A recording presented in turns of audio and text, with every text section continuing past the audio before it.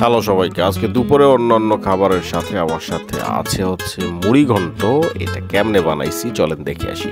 প্রথমে মাছগুলো ভেজে নিব, তারপরে কড়াইয়ে সরিষার তেলের মধ্যে তেজপাতা, দারচিনি, এলাচ, লবঙ্গ এগুলা দিয়ে সুন্দর করে মাখায়ে তারপরে ওখানে হচ্ছে যে আদা রসুন পেস্ট দিব, পানি দিব, তারপরে বিভিন্ন ধরনের গুঁড়া মশলা, হলুদ, মরিচ, জিরা, গরম মশলা দিয়ে মশলাটা কষায়ে তার মধ্যে হচ্ছে যে ডালগুলা দিয়ে নেড়ে চেড়ে সুন্দর করে পানি দিয়ে তারপরে এইভাবে হয়ে আসবে। দেন ইটস রেডি টু ইট।